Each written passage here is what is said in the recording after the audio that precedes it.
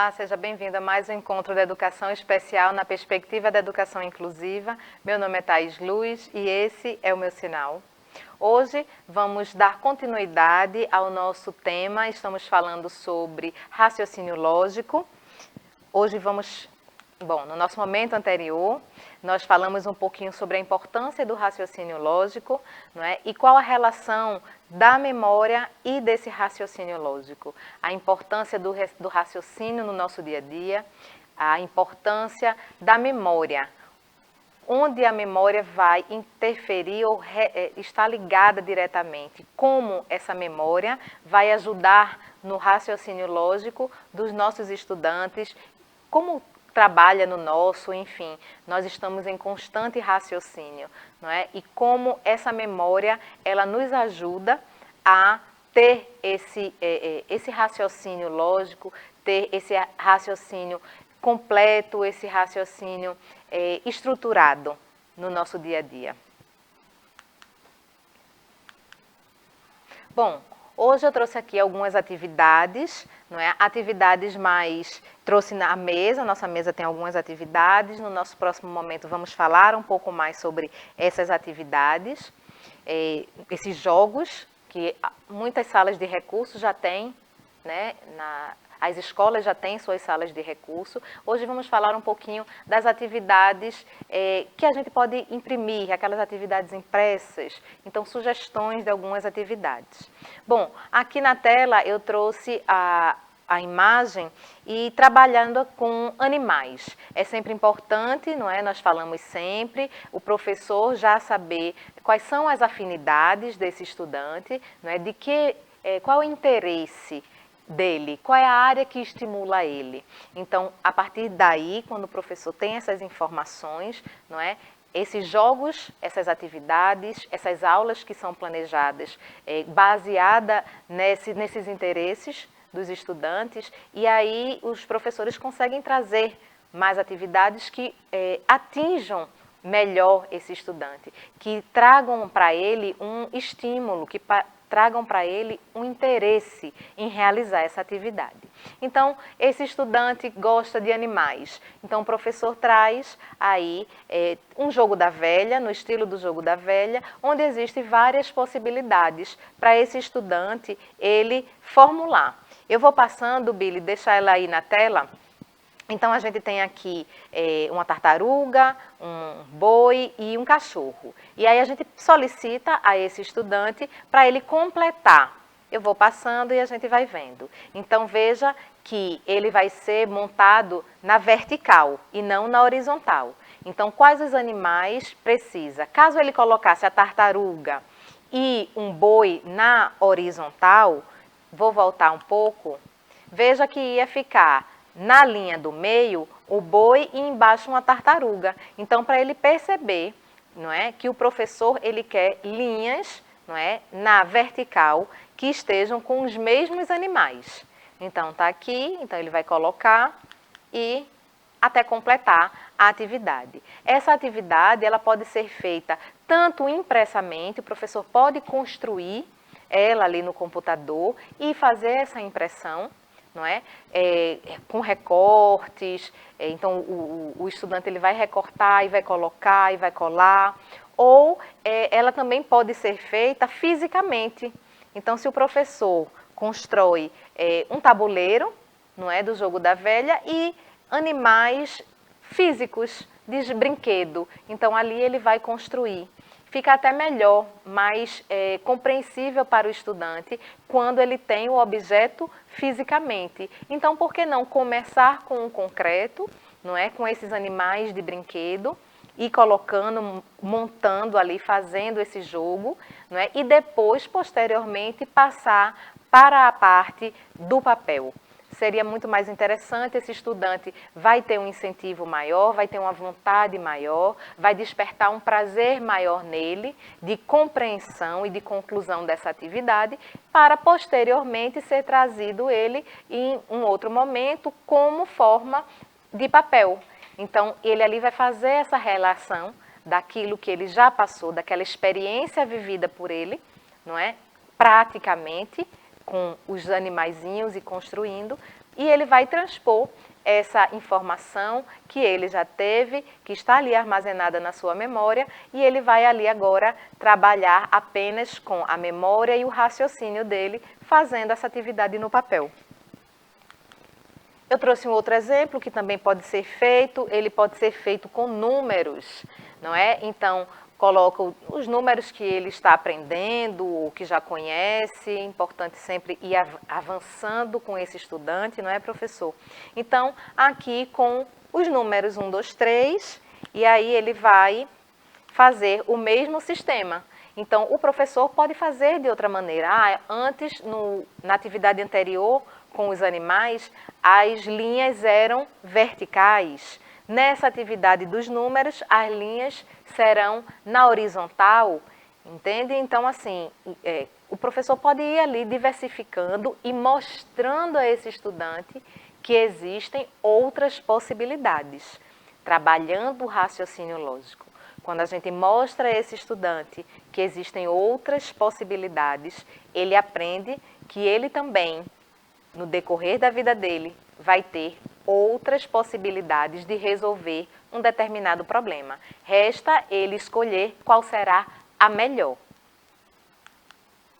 E aí também trouxe agora a mesma atividade com figuras geométricas, não é? Pode ser trabalhado ao invés de figuras geométricas, cores. Então, nessa mesma atividade, cores, não é? Selecionar por cores, ajustar essa atividade nas cores ou nas figuras geométricas. Enfim, é uma diversidade de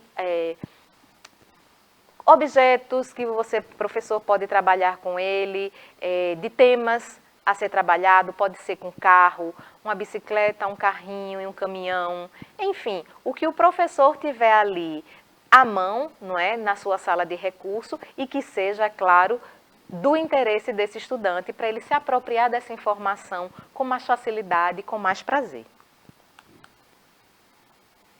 E aqui eu trouxe também o jogo da velha propriamente dito. Perceba que aí ele só tem, não é, o X e o círculo, é um jogo da velha tradicional, não é? Então agora o estudante vai colocar ali em xeque, vamos dizer assim, o seu raciocínio.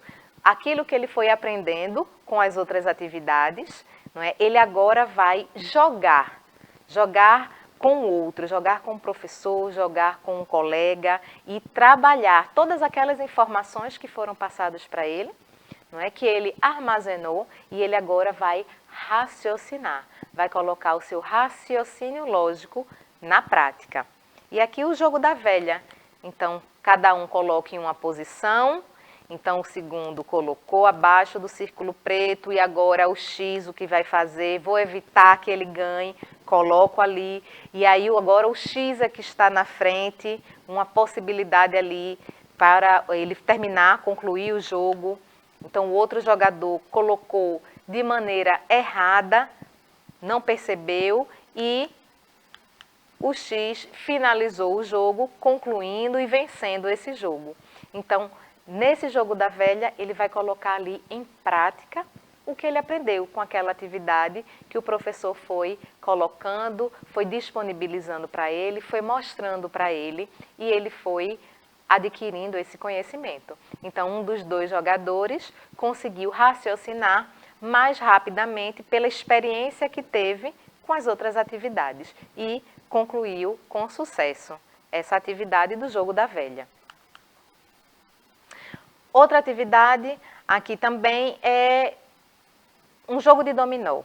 Então, aqui tem uma sequência, não é, de pedras, e aí vai ter uma lógica. O que é que ele vai, nessa pedra que está em branco, o que é que ele poderia desenhar ali? Qual seria essa pedra que está faltando? Não é? Então, tem uma com 2 e com 4, com 2 e com 6, com 2 e com 1. Então, perceba qual vai ser a ordem, como está sendo colocada a distribuição dessas peças de dominó. E aí ele vai olhar, ele vai precisar recorrer ao foco, à atenção, não é? Perceber o que é que tem ali de semelhança e de diferença, até completar essa pedra que está em branco com as bolinhas que fazem parte do jogo. Também pode ser feito tanto fisicamente, com as próprias peças de dominó, não é, como através do papel, construída pelo professor. Aqui, uma imagem. Com uma imagem, e aí pode ser qualquer imagem, o professor pode fazer qualquer pergunta a esse estudante. E aí a gente já saiu um foco da matemática e vamos para a percepção deles.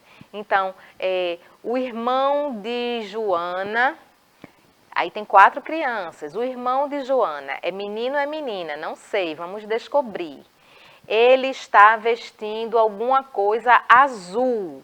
Então, a criança vai olhar para a imagem e perceber que das 4 crianças, 3 estão usando algum objeto, alguma peça do vestuário azul.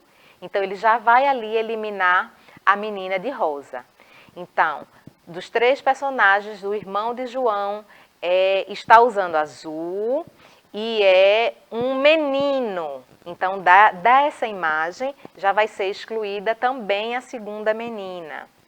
Então, o irmão de João é um menino, está usando a peça azul e ele é mais alto, o mais alto de todas essas crianças. Então, quem é o irmão de João? E aí o estudante só observando, não é? Ele vai identificar quem é esse irmão de João e vai apontar ali na atividade, na imagem.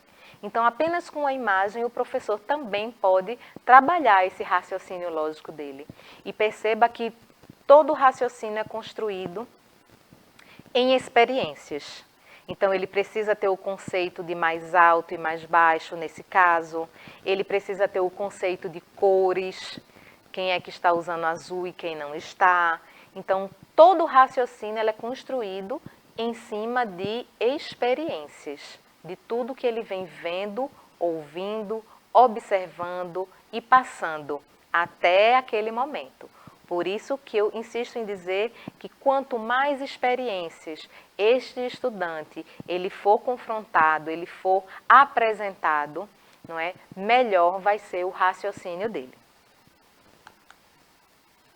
Bom, por hoje ficamos por aqui, eu espero que você tenha gostado. Essas são apenas algumas sugestões de atividades que podem ser feitas na sala de recurso, algumas atividades que você, mãe e pai, pode fazer em casa com seu filho. Perceba que não necessariamente nós precisamos ter aquele brinquedo, mas nós podemos construir aquele jogo, aquele brinquedo, aquela brincadeira e colocar esse nosso filho, essa nossa criança, em desafios, que ele possa pensar, que ele possa passar por essas experiências, sempre colocando ele em desafios que ele consiga, não é, resolver e ir trabalhando nele essa independência.